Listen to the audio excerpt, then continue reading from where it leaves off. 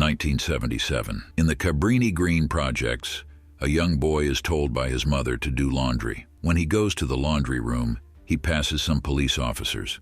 While alone in the room, the boy hears a man humming and then watches as the man emerges from a hole in the wall with a hook for a hand. The boy screams and the police rush inside. Present day, Cabrini-Green has now become gentrified. Troy Cartwright is bringing his boyfriend, Grady Greenberg, to meet Troy's sister, Brianna, and her boyfriend, Anthony McCoy, in their new apartment. While there, they discuss the urban legends from the area, including one of a woman named Helen Lyle. She was a student looking for a story of what happened in Cabrini-Green, but she apparently went crazy and kidnapped a baby before a mob took the baby back, and Helen walked into a large bonfire and burned to death. Anthony later looks up info on what Troy was talking about. While out the next day, Anthony meets William Burke, who tells him how Cabrini-Green didn't used to have such a large police presence until more white people started moving in. Burke tells Anthony about the neighborhood's legend of Candyman, a figure of terror. For Burke, he was introduced to Candyman as a child. He was the boy in the opening scene, as he knew a man named Sherman Fields, a local who had a hook hand and would give kids candy.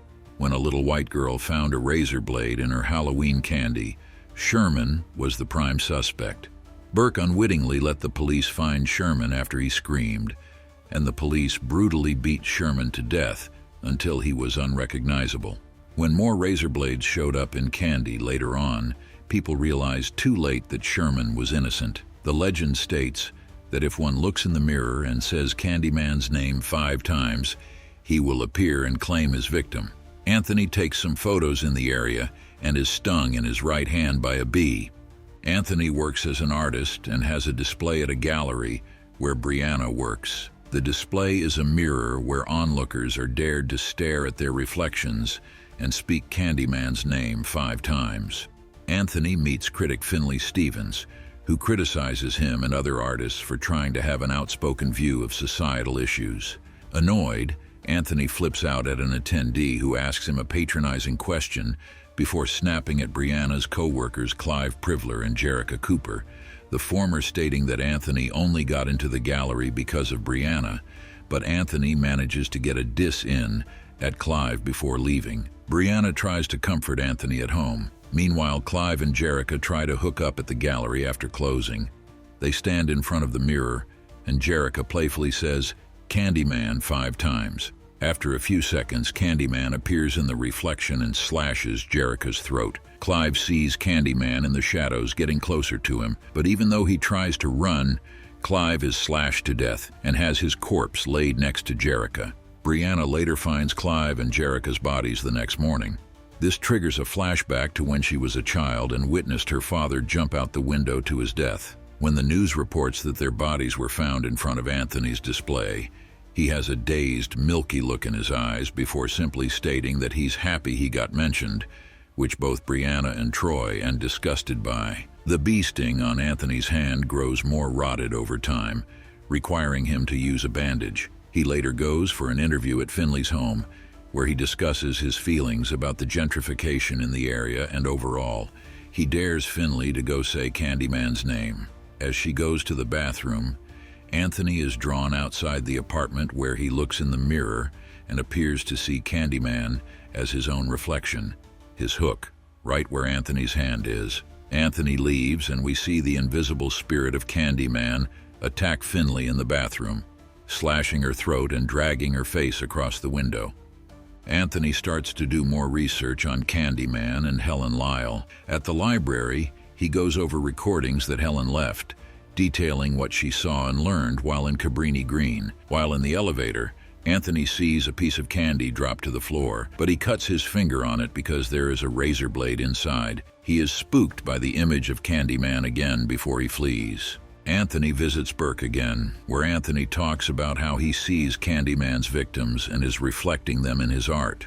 Burke explains that Candyman represents many victims of racial injustice, but the earliest example goes back to the late 1800s, where a black man named Daniel Robitaille worked as an artist for a white family, where he and the eldest daughter fell in love with each other. After she got pregnant, Her father found out and sent a mob after Robitaille, leading to them torturing him, severing his hand, covering him in honey to attract bees, and finally setting him on fire. Brianna sees Anthony's paintings and expresses concerns for his sanity. When she tries to say Candyman's name, Anthony smashes the mirrors, driving her away to stay with Troy and Grady. Elsewhere at a prep school, a group of teenage girls gather in the bathroom to say Candyman's name after one of them saw Anthony's display at the gallery. One of them flees before it's done, and another girl sits in a stall while this goes on. After nothing happens, the girls try to leave the bathroom, but the door is locked. One of the girls goes back to the mirror, and the others only hear the sounds of Candyman's hook digging into her flesh. The girl in the stall can only watch through a reflection in a small mirror, the vague imagery of her classmates being slaughtered.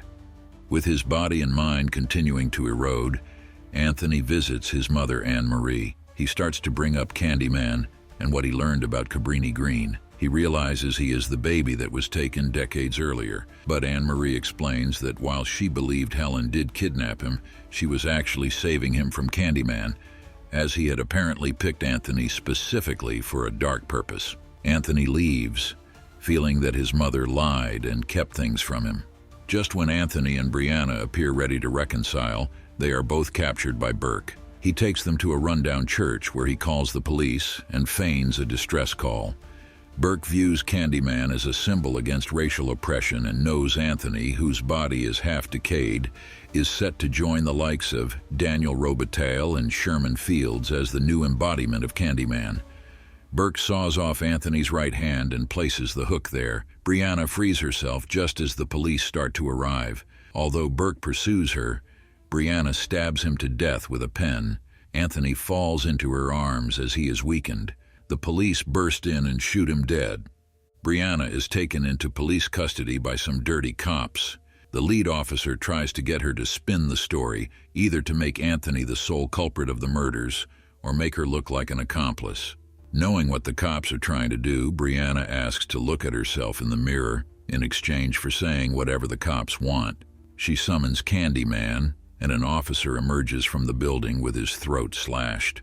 Anthony is now the spirit of Candyman, and he proceeds to kill the other officers. The lead cop runs out as Anthony follows. Brianna exits the car and witnesses Anthony kill the cop. A swarm of bees consume Anthony, and he takes the form of Robitaille. As more police start arriving, Robitaille simply has one request for Brianna: tell everyone.